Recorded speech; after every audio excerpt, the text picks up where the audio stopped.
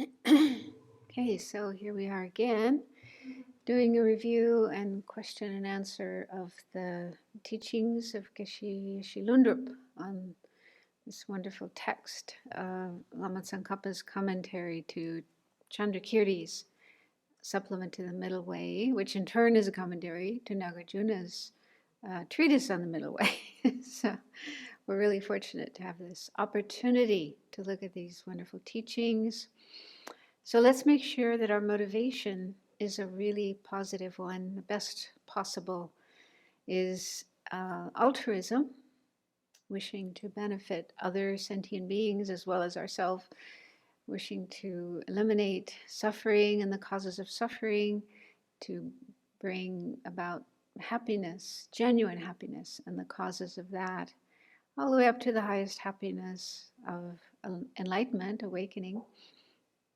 So let's try to generate that motivation as a reason for listening, thinking about, discussing, and meditating on these teachings.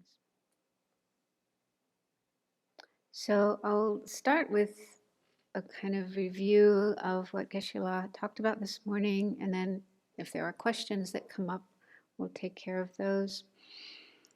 So this morning, Geshe-la began with a review of the third reason that was put forth by Chandra as to why hearers and solitary realizers, and this really refers to hearer and solitary realizer Arhats, and also Aryas, even to become an Arya, a superior.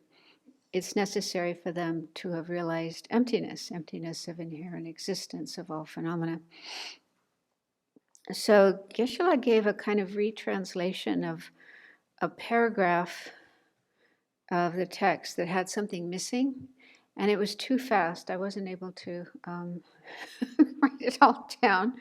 So I'll just read the the translation that we have, and I'll include the parts that are missing, the words that are missing, because they are in this book. They are in an earlier version.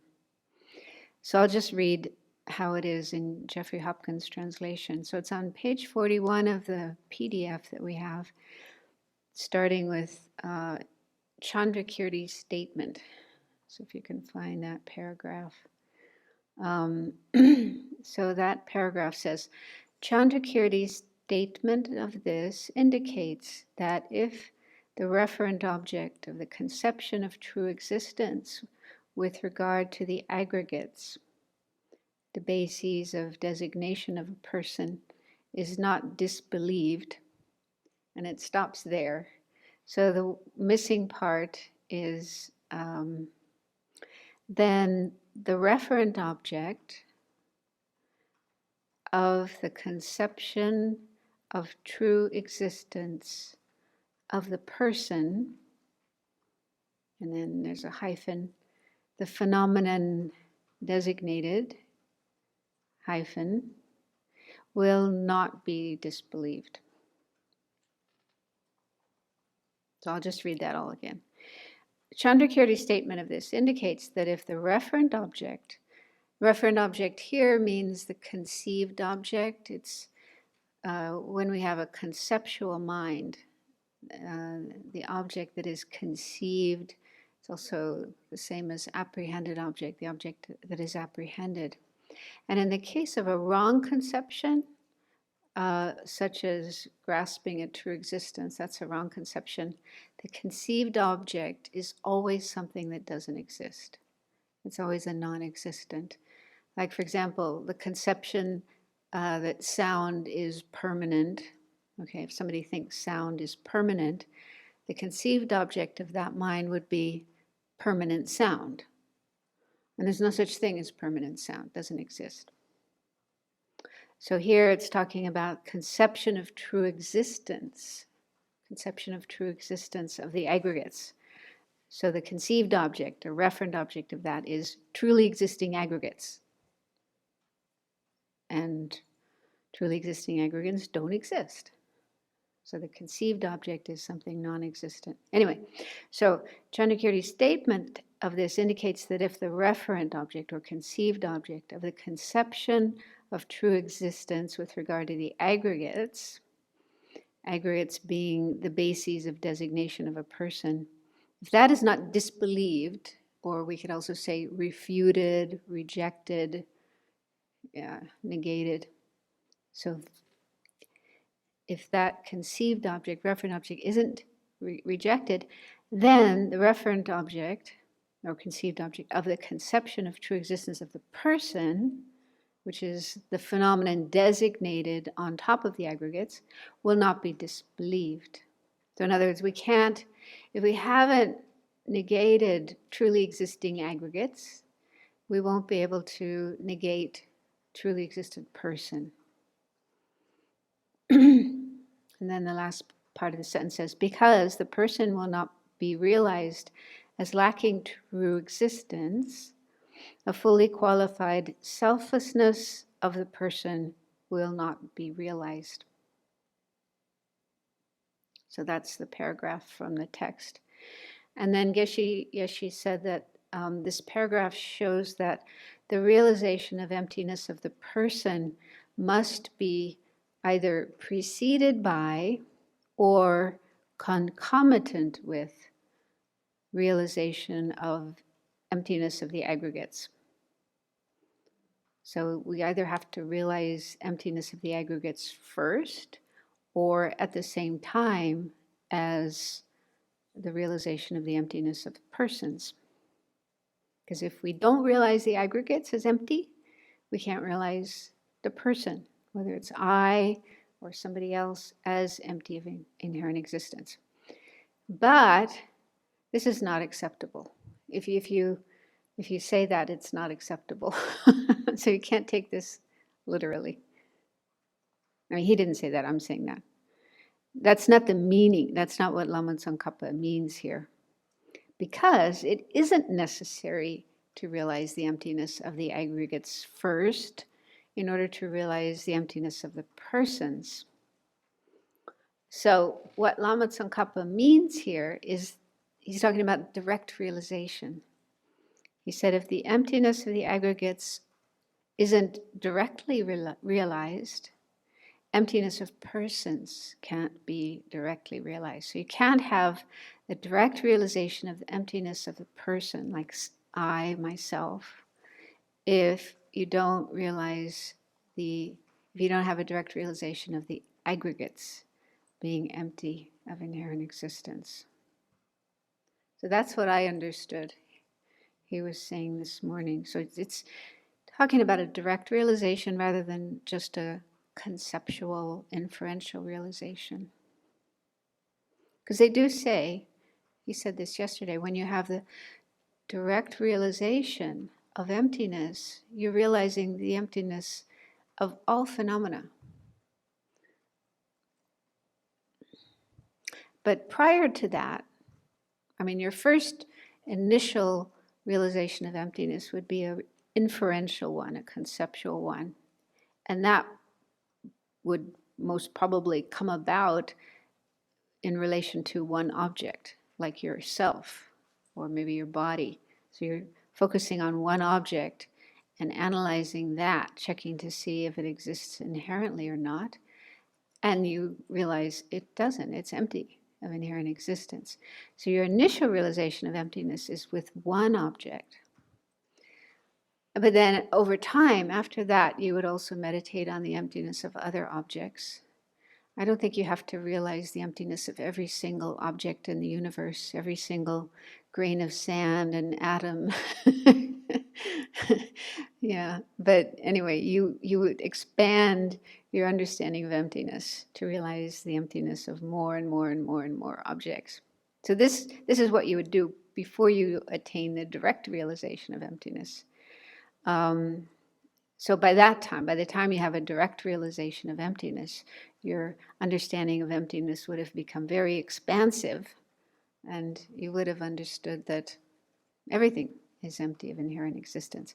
But if you're still grasping at your aggregates, if you haven't seen that your aggregates are empty of inherent existence, your own body and mind, if you haven't seen them as empty of inherent existence, then that would block you from being able to have the direct realization of emptiness of the self. I think that's what it means.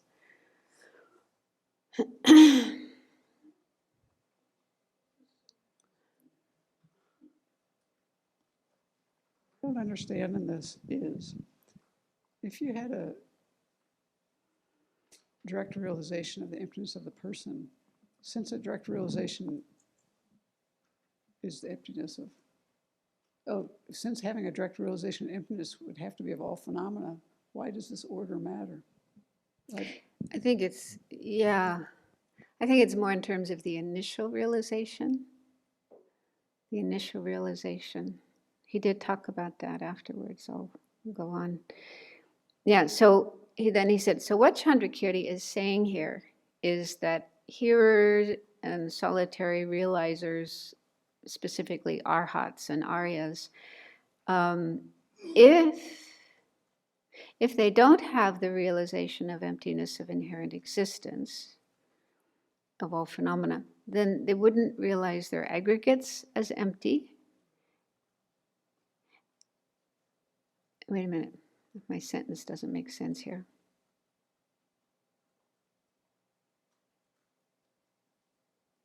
Yeah, I think I put the if in the wrong place. If here in solitary realize there are Aryas and Arhats, if they don't have the realization of the emptiness of inherent existence, then they wouldn't realize their aggregates as empty. And in that case, they would not have attained a fully qualified realization of selflessness of persons. Okay, so if they didn't realize emptiness of inherent existence of all phenomena, they wouldn't be able to have a fully qualified realization of selflessness of persons.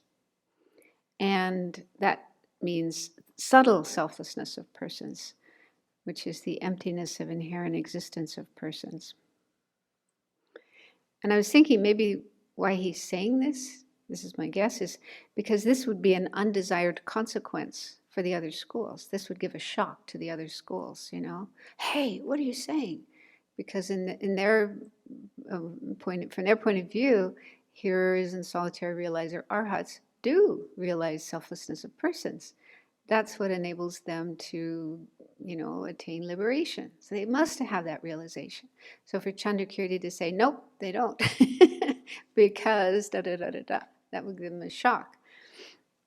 But according to these other schools, they think hearers and solitary realizers have the realization of the coarse selflessness of persons, which is the absence of the substantially, Geshe keeps saying substantially existent person. That's a shorter version of it. But Chandrakirti is saying, no, they don't realize, maybe they realize that, but they haven't realized the subtle selflessness of persons, emptiness of inherent existence. So maybe, you know, he's doing this like a shock tactic to, that's the purpose of a consequence, is to get the other party to wake up and think about what they're saying.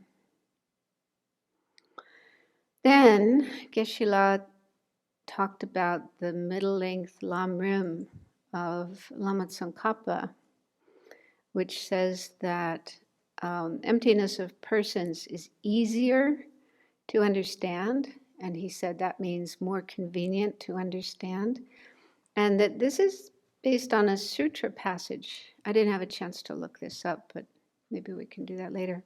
Some sutra passage that says, I mean, this is what I wrote down. Just as you know discrimination of true self, so you should know discrimination of true phenomenon.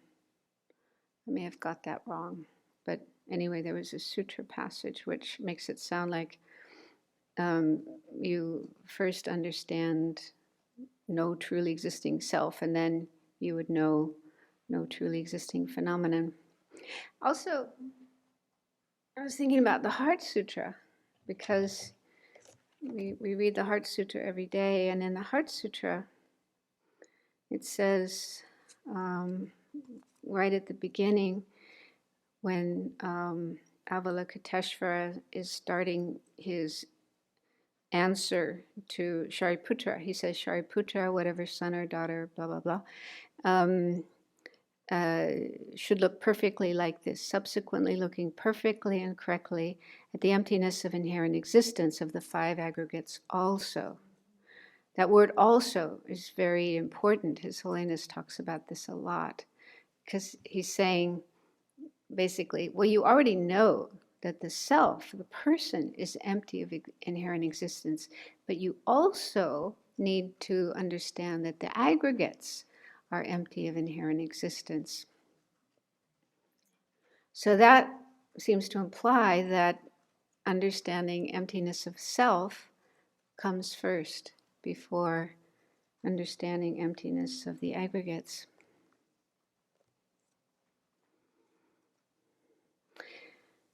And Geshe-la said the reason it's easier is because it's easier to identify the object of negation with regard to the self, the inherently existing I, because it's the center of the universe. We all believe I, big fat I, I'm in the center of the universe. I think he also said something like, it's so dear to our heart, something like that. So it's something we cherish very much. So the Buddha taught that we should exert ourselves to work on realizing the selflessness of persons before that of phenomena. And he said, yeah, and kind of in general, that's the order. You first realize emptiness of persons and then emptiness of phenomena. But then he said this order is not 100% definite. I was very happy to hear that, because I know, and myself and others also sometimes wonder if it really has to be like that. So he said in some cases people do ascertain the emptiness of the aggregates first, and then later emptiness of self, person. So it's not a definite order. But he did say that both emptinesses are equally subtle. So it isn't the case that one is more subtle than the other. They're both absence of inherent existence.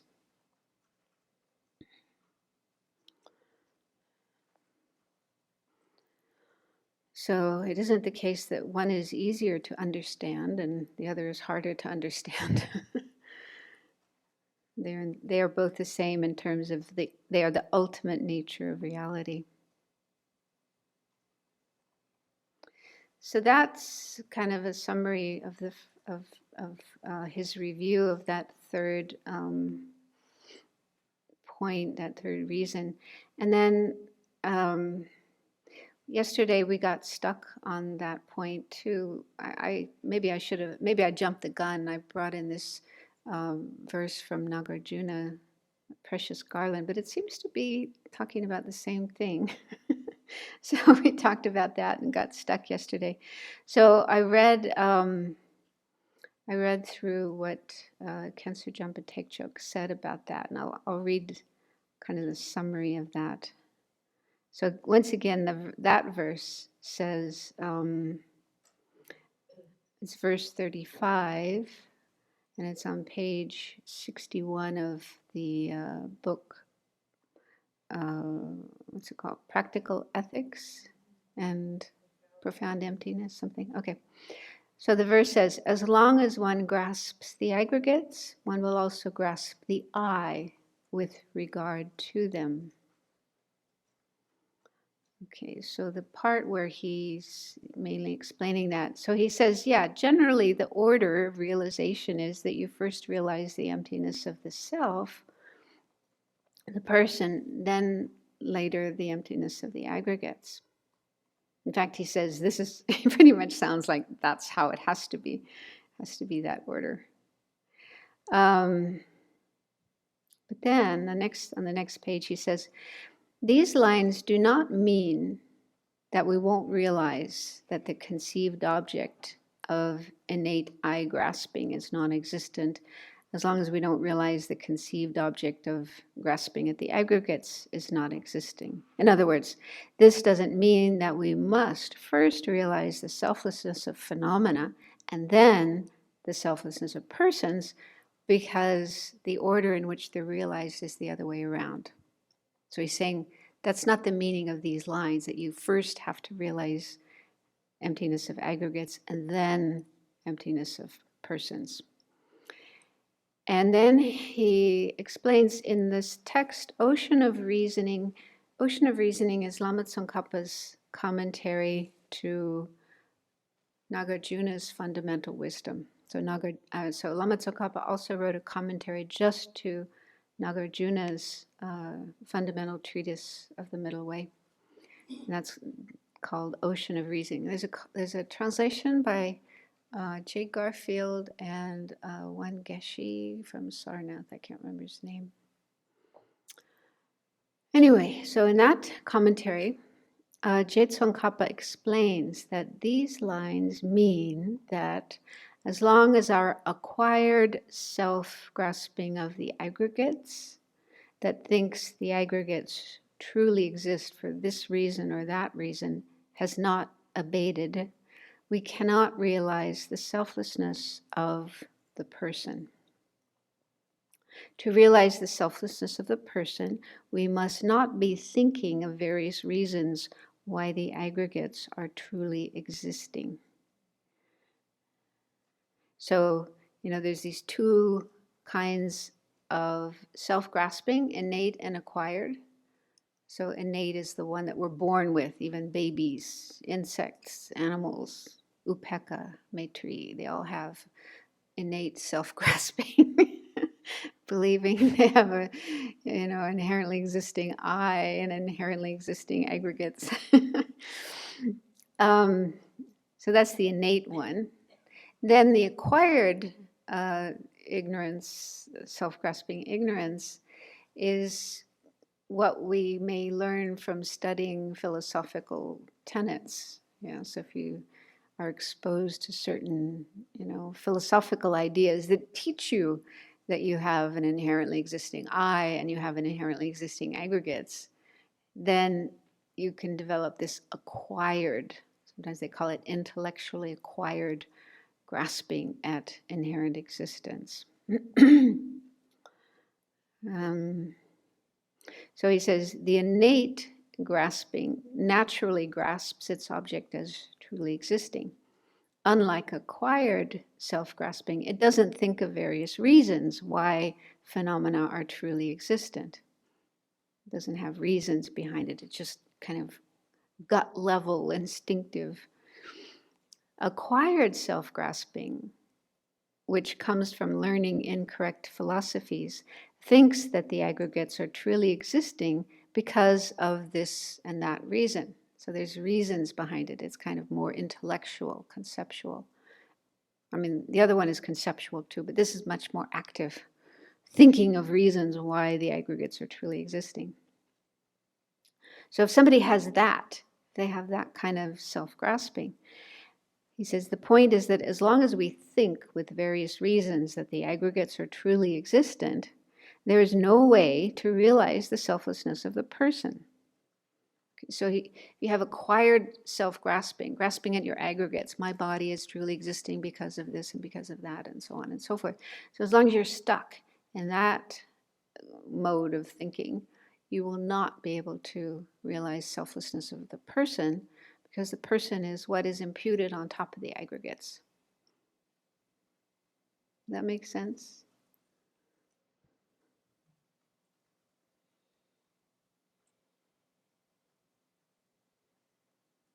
And then he says, it isn't necessary to abandon acquired self-grasping of the aggregates in order to realize the conceived object of the innate I-grasping is non-existent, because that isn't done until the path of seeing.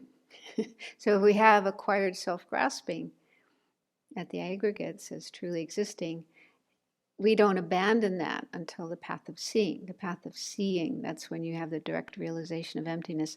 That's the antidote. That's the thing that gets rid of acquired self-grasping completely. So you don't have to go that far to be able to realize selflessness of persons.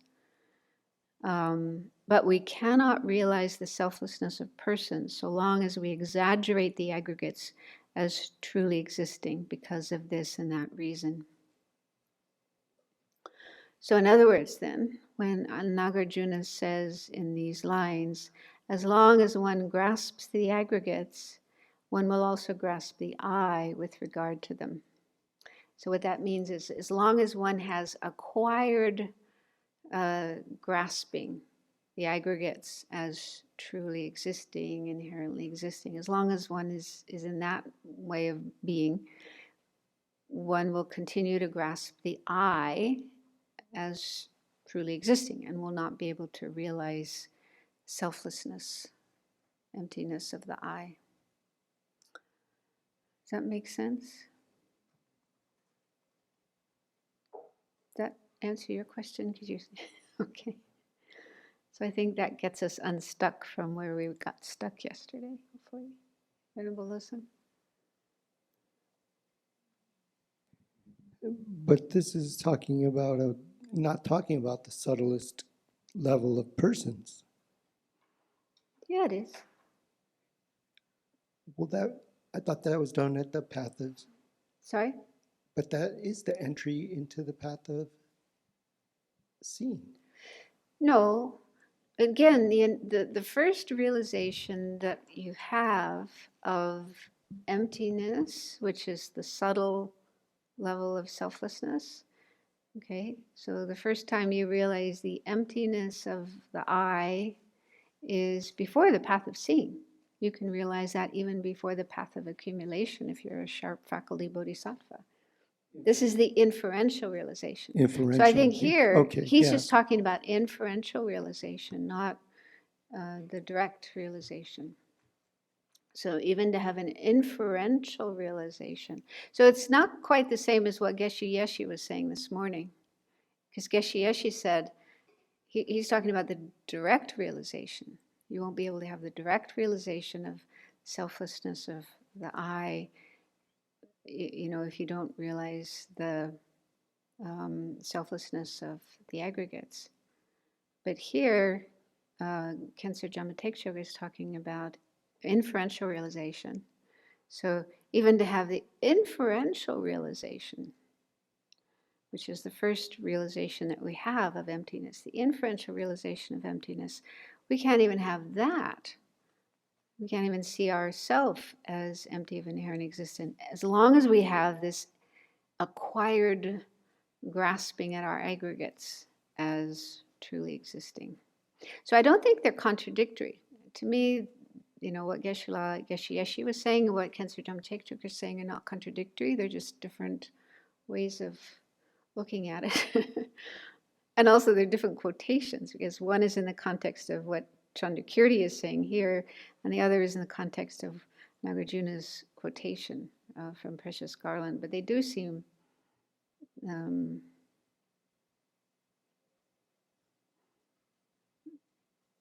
similar.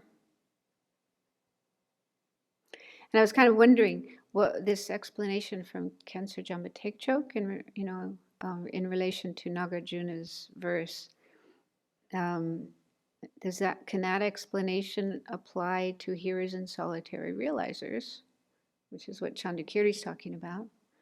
And it seems to me that it could. Because if you have hearers and solitary realizers, which is very likely if they've been studying tenets like the Vibhashika tenets or the Sautrantika tenets, which do teach that the aggregates are inherently existing. They are taught that. I don't know, supposedly. So they probably would have acquired grasping at the aggregates as inherently existing or truly existing. And they have reasons for thinking that way. Okay, so then as long as they are actively engaged in conceiving of their aggregates as inherently existing, then they wouldn't be able to even have an inferential realization of emptiness of the self. That makes sense to me. The subtle selflessness of persons. But I think they could still have a realization of the coarse selflessness of persons, the absence of a self-sufficient or substantially existent I. They could still realize that, even if they're still grasping at their aggregates as inherently existing. I think so. But the point Chandrakiri is trying to make is, if they only have the realization of the coarse level of selflessness, the absence of a what does he call it, substantially existing I, with that realization alone, they will not be able to completely eliminate the afflictive emotions and get free of samsara. That's the point he's trying to make.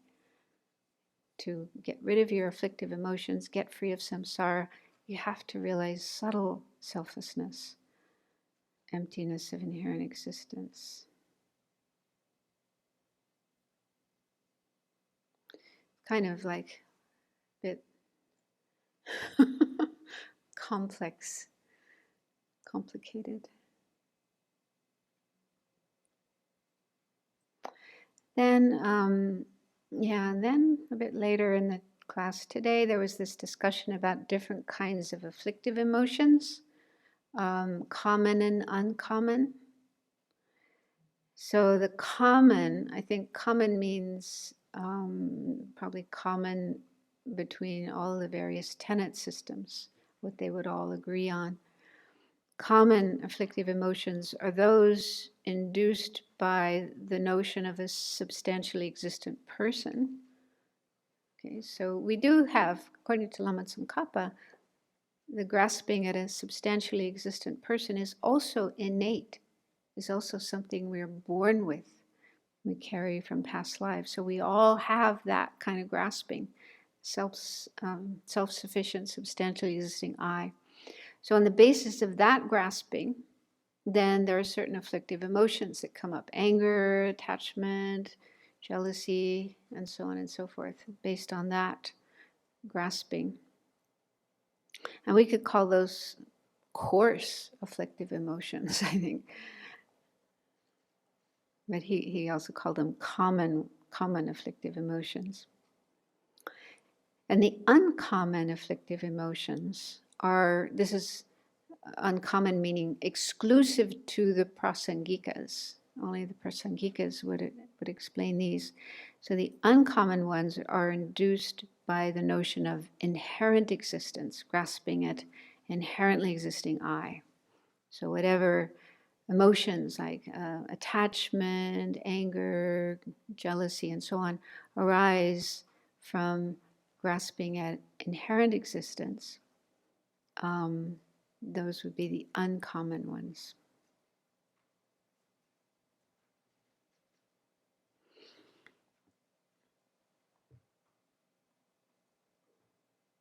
And then there was something in the text also about the path of grossness and peacefulness. He explained that. I brought it up yesterday, but he explained it this morning quite nicely. And if you do that kind of practice, that kind of meditation, then you can abandon, although it's not really abandoning, it's just temporarily suppressing the manifest afflictive emotions of the different levels, those 9 different levels. Well, not 9, because you can't do the 9th one. You can only do from 8 down. Number 8 is called nothingness. Nothingness. That's one of the formless realm absorptions. So from that one down to the desire realm, you can temporarily suppress the manifest afflictive emotions of all those different levels, but you can't abandon them from the root. And did you understand why this kind of practice doesn't work with the highest one, the peak of existence? It's said in the text. It's because there's nothing higher than that. Because when you're doing this kind of meditation, you're making a comparison. You're comparing the lower level, which is the level you're at. That's where you are right now. And you're looking at that and seeing, oh, it's not really that great. There's all these problems and da-da-da-da-da. And then you're looking at the one above you, the next higher one, and saying, wow, that's much better. If I could be there, things would be much better. So you meditate on that, and you do this with calm abiding, and you actually gain a kind of special insight into this comparative grossness and peacefulness, and then unite calm abiding and special insight, and that's how you achieve you achieve the upper level by overcoming the afflictions related to the lower level, especially attachment. Like he was saying, we have this attachment to the desire realm, attachment to the objects of our five senses. We're intensely attached to these, and that's what keeps us here.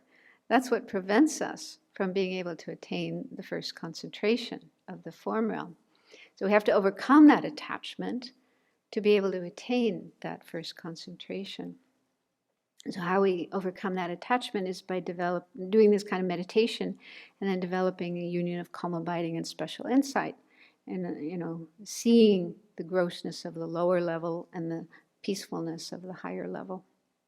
So you do that with all the levels up to the level of nothingness, which is the second from the top. So you by that you can achieve the peak of existence, which is the top level, the ninth level. But then when you get there, you've got nothing higher in samsara to compare to. You've reached the highest level of samsara, so there's nothing, looking up that's in samsara that you can compare. Of course, there's nirvana, but you can't use this kind of meditation to attain nirvana. You can't use this kind of meditation to overcome the afflictions of the peak of existence, the top level of samsara, and get out of samsara. To get out of samsara, to reach the next higher level, which is nirvana, you have to use a supramundane path. You have to use meditation on the Four Noble Truths, particularly selflessness. So this mundane path can only get you to the peak of existence, but not beyond that.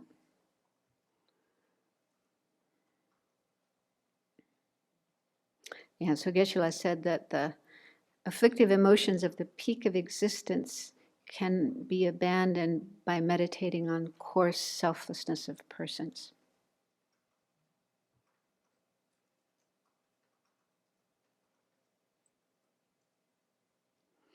And then he went on to, the text actually goes on to Shantideva. And so Lama Tsongkhapa is saying, Shantideva also asserts that hearers and solitary realizers realize emptiness, and gives some quotations from his text, The Guide to the Bodhisattva's Way of Life, or what do you call it? What's the other term? Engaging in the Bodhisattva's deeds. So chapter 9, which is all about wisdom. So there's a few verses there. Verse 41 gives an objection raised by somebody who says, oh no, all you have to do is realize the 16 aspects of the Four Noble Truths, and then you can be liberated from the afflictions. You don't need to realize emptiness.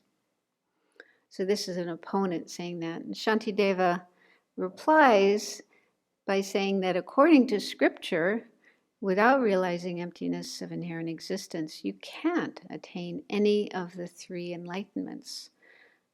So the three enlightenments are the hearer's enlightenment, solitary realizer's enlightenment, and then the bodhisattva's enlightenment, Buddhahood.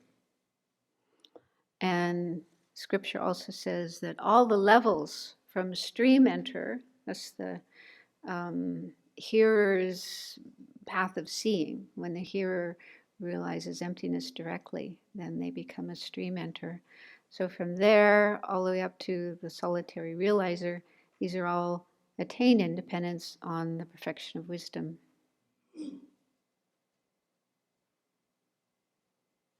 And Geshe Yeshi said, the person who raises this objection is thinking just of the course Four Noble Truths. So I don't know if you had a chance to read the explanation in volume 3. Maybe you didn't, so I'll read it. It's nice. It's explaining the coarse and the subtle four truths. According to the Prasangika's unique presentation, the four truths have both a coarse and a subtle form. Vasubandhu's Treasury of Knowledge, Abhidharmakosha, and the Sangha's Compendium of Knowledge, Abhidharma Samuchaya. So those are the two Abhidharmas Geshe-la mentioned this morning. Both of them describe the coarse four truths. So the course are first true dukkha, true suffering, is all unsatisfactory circumstances arising from grasping a self-sufficient, substantially existent person.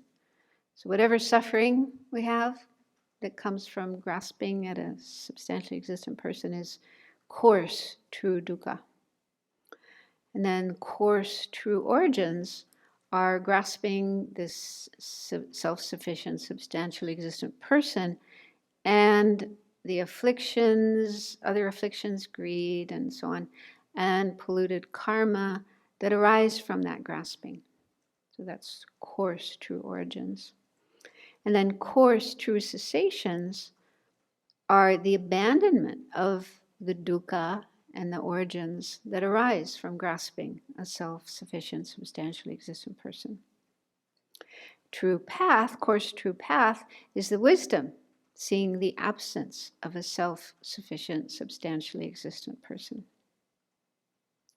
So this is the view held by the lower philosophical tenet systems, meaning everybody besides Prasangika. So all the other schools besides Prasangika, this would be how they explain the Four Noble Truths. It's the coarse level. And the subtle four truths are described by the Prasangikas. So subtle true dukkha is the unsatisfactory circumstances that are rooted in grasping inherent existence and karma. So all the suffering and karma that comes from grasping inherent existence. And then true origins are grasping inherent existence of persons and phenomena and all the afflictions and polluted karma that arise from that grasping.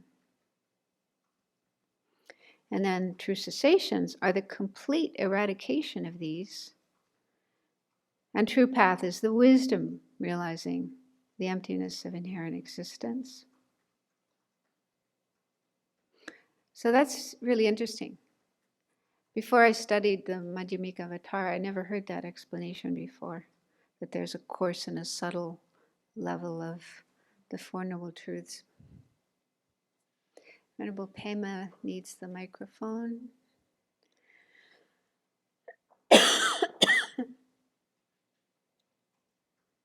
So it sounds like the cause understanding of the Four Noble Truths is, and the subtle is based on the difference in the object of negation. And so how would the cause dukkha, like impermanence, so seeing things as permanent when they're impermanent, how would it differ between the cause and the subtle understanding? Do you see impermanence differently based on the difference in the object of negation? So you're talking about like the 16 aspects of the Four Noble Truths. I don't know.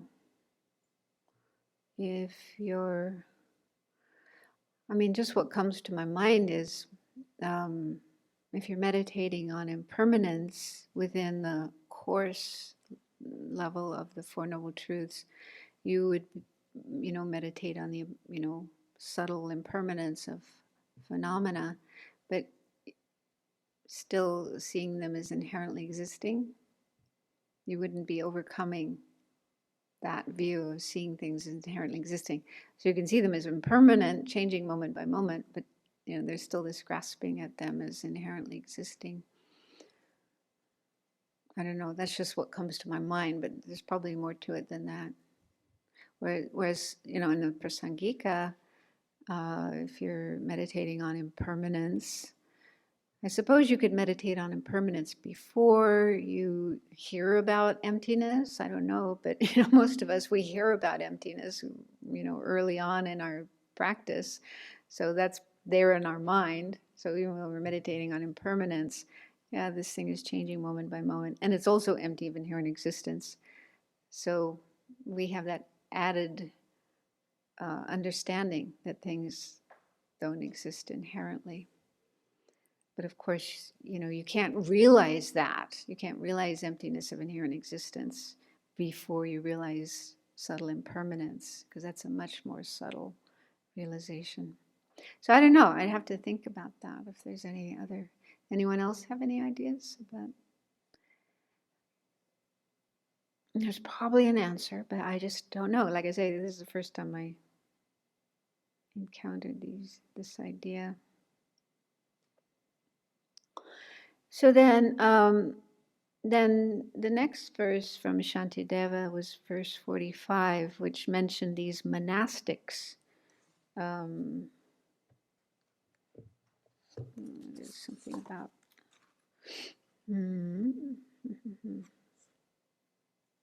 monkhood. Yeah, in this translation, the root of the teaching is monkhood, and that this actually refers to the Arhats, the foe destroyers. And that Shantideva said actually Geshe said it's impossible, although in the text it says it's difficult, but Geshe said it's impossible. So maybe difficult really means impossible to attain that state of Arhat as long as you're grasping at inherent existence.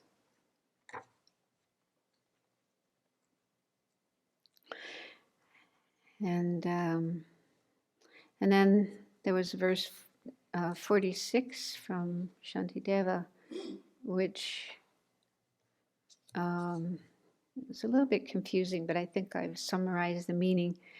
In verse 46, an opponent says that if one can temporarily abandon the manifest afflictive emotions, meaning the coarse afflictive emotions, by meditating on the paths of the Four Truths, one can attain nirvana that has extinguished all afflictions. So that seems not so different than the previous verse, which said, all you have to do is meditate on the 16 aspects of the Four Truths, and then you can get rid of all your afflictions, and then you can attain nirvana. Although here he's just saying temporarily abandon, which is kind of strange. if you only temporarily abandon the afflictive emotions, that's all you need to do to attain nirvana. And then, Shantideva, in the second part of that verse, he says, no, that is not true. The path, seeing the course 16 aspects of the Four Noble Truths, cannot extinguish the afflictive emotions. If it could, then through realization of such a path, when you've temporarily abandoned the coarse afflictive emotions, you would have achieved liberation from afflictive emotions. This is not correct because you haven't extinguished all the afflictive emotions, because you still take rebirth through contaminated karma.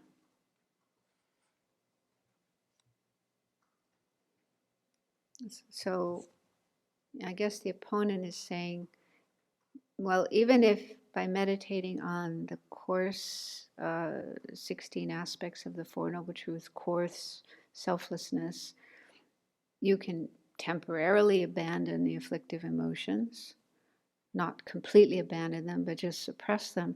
But that's good enough. Maybe that's what they're saying. That's okay, that's good enough. You can still attain nirvana. Maybe that's what they're saying. And Shantideva says, no, that's not true. Because if you haven't completely extinguished, completely abandoned all the afflictive emotions, then you can still take rebirth, contaminated karma. Because you would still have craving, and grasping, and so at the time of death, that would come up, and you still have karmic seeds, so that would impel you to another rebirth. I wasn't completely clear about that whole explanation, but I think that's what he was saying. Yeah, so so again, the point is just by meditating on the coarse level of selflessness, absence of a self-sufficient, substantially existent person, just with that alone, you will not be able to completely abandon all the afflictive emotions and free yourself from samsara and never have to take rebirth again.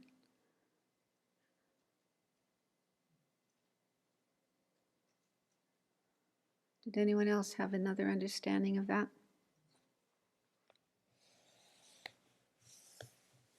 Well, that's as far as Geshe-la got.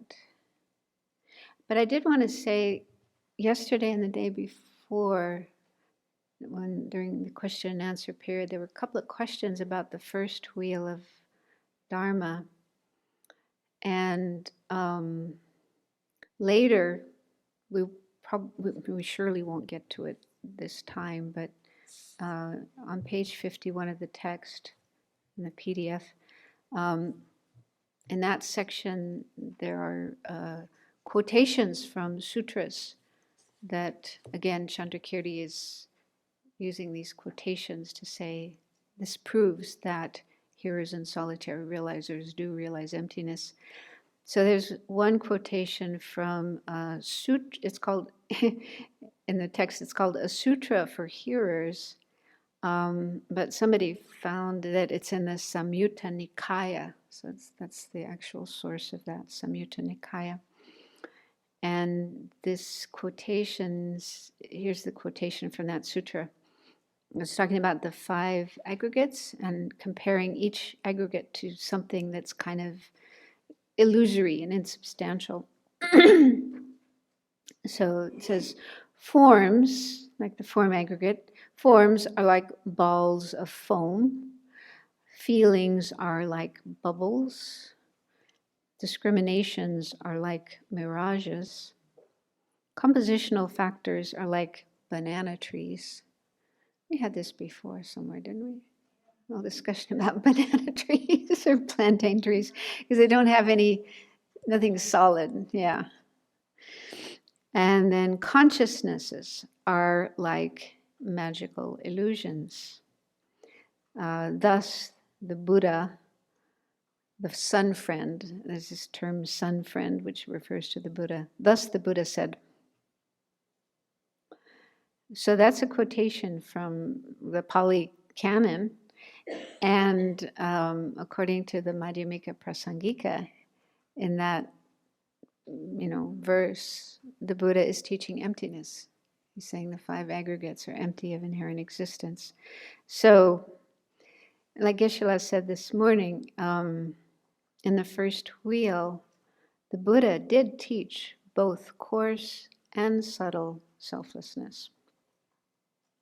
And there are different types of trainees, followers for the first wheel. The primary trainees, probably the sharp ones, they are suitable to receive and understand the subtle 4 Noble Truths. So apparently when they hear this kind of verse, this verse or other similar verses, they would understand emptiness of inherent existence. Even though Buddha isn't saying, I'm going to teach you emptiness of inherent existence. But that's the meaning of this verse. So they would understand that. And in that way, they would attain, they would become Aryas and then Arhats, become foe destroyers. But other trainees of the first wheel who are not so sharp-minded, but they are still suitable to get benefit from this kind of teaching. They would still benefit from this teaching. And they would understand the 4 Noble Truths in the coarse form, the absence of a self-sufficient, substantially existent self. And this course, 4 Noble Truths, are extensively taught in the 2 Abhidharmas. That's the Vasubandhu's and Asanga's Abhidharma texts. Those texts teach the course 4 Noble Truths based on the Buddha's teachings, mainly in the first wheel. So I'm kind of jumping the gun here, but anyway, there, Chandrakirti is making the point that, even in the first wheel, Buddha taught emptiness. He taught subtle selflessness. And some disciples got it. Some disciples realized it. And that enabled them to become foe destroyers.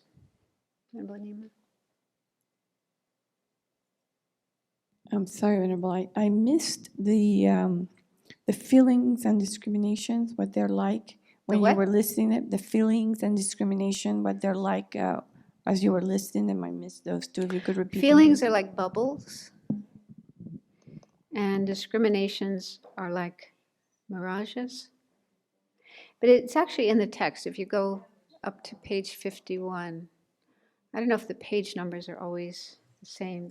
In this book, it's different because he has another text before it. But yeah, it's in the text. But we probably won't get to it till next year, or maybe the year after. Yeah. And he also, in that section, has some quotations from Mahayana sutras to verify his assertion.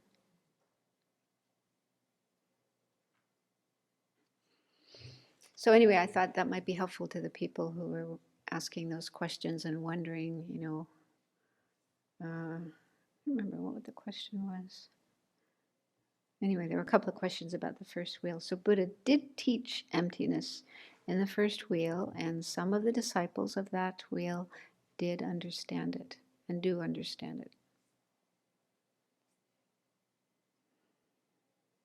So I was thinking about my question and thinking if the two lowest school tenet holders, if they look at the gong and meditating on impermanence because they don't assert selflessness of phenomena, they will see impermanence, but the gong is inherently existent. And then the Chittamatra will look at it and see the impermanence, but they will see it as empty of externalities, but in the nature of the mind, and it's so forth. So there will be a subtle difference in the quality of when they look at the impermanence of the object. I think so. That was just a guess that I made, but we can think about that more. And maybe also like with the second aspect of dukkha, when you're looking at all the different kinds of dukkha, you could see dukkha is dukkha, but you might see it as inherently existing dukkha or empty of inherently existing dukkha, depending on, whether you're in the coarse or the subtle stream of the Four Noble Truths. It actually comes up later in the text. I think it's maybe chapter 4, chapter 5, I think, talks about a little bit more about the this coarse and subtle levels of the Four Noble Truths. Because on one of those grounds, the Bodhisattva gains some special understanding of, these two. Because also, even on the Bodhisattva level, we still have to realize, of course, selflessness of persons. Because we have an innate grasping at self-sufficient, substantially existing I, and we have to overcome that. So we do have to gain that realization too. We shouldn't just say, oh, that's just for other people, but not for me. I don't know what Shani had.